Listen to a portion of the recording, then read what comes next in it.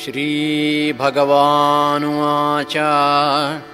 इमं विवस्वते योगं प्रोक्तवानहमव्ययम् विवस्वान्मनवे प्राह मनुरिक्ष्वाकवे ब्रवीत् एवं परम्परा प्राप्तम्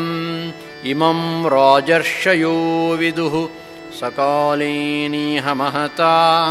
योगो नष्टः परन्तप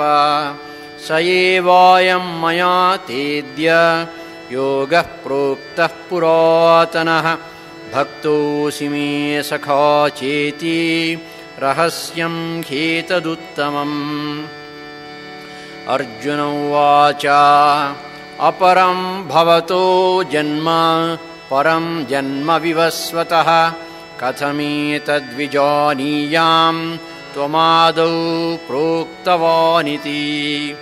श्रीभगवानुवाच बहूनि मे व्यतीतानि जन्मानि तव चार्जुन तान्यहं वेद सर्वाणि न त्वं वेत्थ परन्तप अजोऽपि सन्नव्ययात्मा भूतानामीश्वरोऽपि सन् प्रकृतिं स्वामधिष्ठाय सम्भवाम्यात्ममाया यदा यदा हि धर्मस्य ग्लानिर्भवति भारत अभ्युत्थानमधर्मस्य तदात्मानं सृजाम्यहम् परित्राणाय साधूनां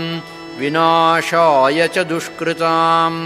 धर्मसंस्थापनार्थाय सम्भवामि युगे युगे जन्म कर्म च मे दिव्यम् एवं यो वेत्ति तत्त्वतः त्यक्त्वा देहं पुनर्जन्म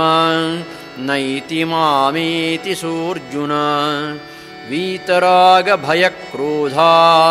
मन्मया मामुपाश्रिताः बहवो ज्ञानतपसा पूता मद्भावमागताः ये यथा मां प्रपद्यन्ते तांस्तथैव भजाम्यहम् मम वर्त्मानुवर्तन्ते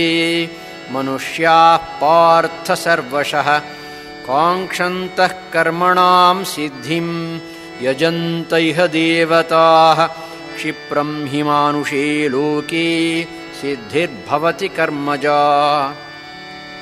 चातुर्वर्ण्यं मया सृष्टं गुणकर्मविभागशः तस्य कर्तारमपि मां विद्य कर्तारमव्ययम् न मां कर्माणि लिम्पन्ति न मे कर्मफले स्पृहा इति मां योऽभिजानाति कर्मभिर्न स बध्यति एवं ज्ञात्वा कृतं कर्म पूर्वैरपि मुमुक्षुभिः कुरु कर्मैव तस्मात् त्वं पूर्वैः पूर्वतरं कृतं किं कर्म किमकर्मेति कवयोऽप्यत्र मोहिताः तत्ते कर्म प्रवक्ष्यामि यज्ञात्वा मोक्ष्यसि शुभात् कर्मणो ह्यपि बोद्धव्यं बोद्धव्यं च विकर्मणः अकर्मणश्च बोद्धव्यं गहना कर्मणो गतिः कर्मण्यकर्म यः पश्येत् अकर्मणि च कर्म यः स बुद्धिमान् मनुष्येषु स युक्तः कृत्स्नकर्मकृत् यस्य सर्वे समारम्भाः कामसङ्कल्पवर्जिताः ज्ञानाग्निदग्धकर्माणं तमाहुः पण्डितं बुधाः त्यक्त्वा कर्मफलासङ्गं नित्यतृप्तो निराश्रयः कर्मण्यभिप्रवृत्तोऽपि नैव किञ्चित् करोति सः निराशीर्यतचित्तात्मा त्यक्तसर्वपरिग्रहः शारीरं केवलं कर्म कुर्वन्नाप्नोति किल्बिषम् यदृच्छालाभसन्तुष्टो द्वन्द्वातीतो विमत्सरः समसिद्धावसिद्धौ च कृत्वापि न निबध्यते गतसङ्गस्य मुक्तस्य ज्ञानावस्थितचेतसः यज्ञायाचरतः कर्म समग्रं प्रविलीयते ब्रह्मार्पणं ब्रह्महविः ब्रह्माग्नौ ब्रह्मणाहुतं ब्रह्मैव तेन गन्तव्यं ब्रह्मकर्मसमाधिना दैवमेवापरे यज्ञं योगिनः पर्युपासते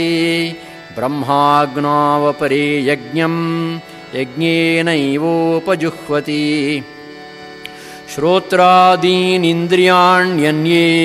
संयमाग्निषु जुह्वति शब्दादीन् विषयान् अन्य इन्द्रियाग्निषु जुह्वति सर्वाणीन्द्रियकर्माणि प्राणकर्माणि चापरे आत्मसंयमयोगाग्नौ जुह्वति ज्ञानदीपिते द्रव्ययज्ञास्तपोयज्ञा योगयज्ञास्तथा परे स्वाध्यायज्ञानयज्ञाश्च यतयः संशितौ व्रताः अपाने जुह्वति प्राणं प्राणे पानं तथा परे प्राणापानगतिरुद्ध्वा प्राणायामपरायणाः अपरे नियताहाराः प्राणान् प्राणेषु जुह्वति सर्वेप्येते यज्ञविदो यज्ञक्षपितकल्मषाः यज्ञशिष्टामृतभुजो यान्ति ब्रह्मसनातनं नायं लोकोऽस्त्ययज्ञस्य कुतोऽन्यः कुरु सत्तमा एवं बहुविधा यज्ञा वितता ब्रह्मणो मुखे कर्मजान् विद्धितान् सर्वान् एवं ज्ञात्वा विमोक्ष्यसे श्रेयान् द्रव्यमयाद्यज्ञात् ज्ञानयज्ञः परन्तप सर्वं कर्माखिलं पार्थ ज्ञाने परिसमाप्यते तद्विद्धि प्रणिपातेन परिप्रश्नेन सेवया उपदेक्ष्यन्ति ते ज्ञानं ज्ञानिनस्तत्त्वदर्शिनः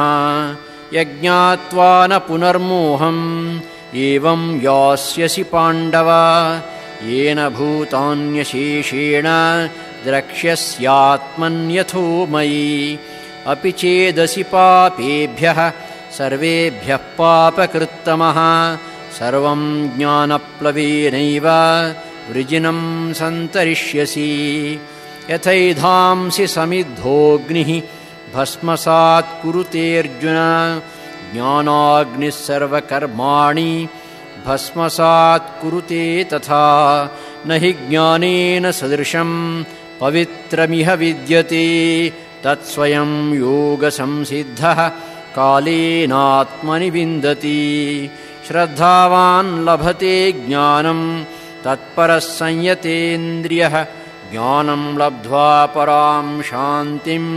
अचिरेणाधिगच्छति अज्ञश्चाश्रद्दधानश्च